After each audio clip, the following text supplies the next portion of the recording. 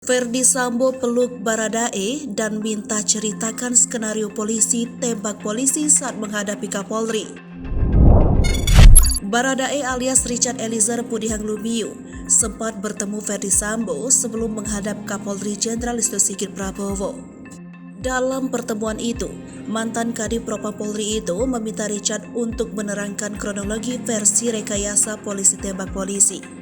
Demikian diutarakan Baradae saat menjadi saksi dalam sidang lanjutan kasus dugaan pembunuhan Brigadir J dengan terdakwa Ferdi Sambo dan Putri Chandrawati di Pengadilan Negeri Jakarta Selatan pada 13 Desember 2022.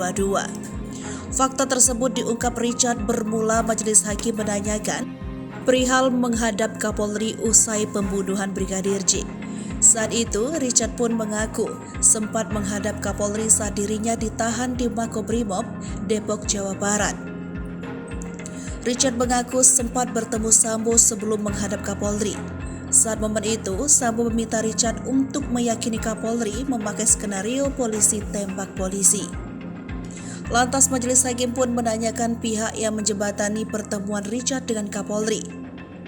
Kenapa saya tanyakan ini? Karena dari segi kepangkatan saudara jauh sekali, tuturnya. Kemudian majelis hakim menanyakan pengetahuan Richard perihal Sambo turut dipanggil Kapolri.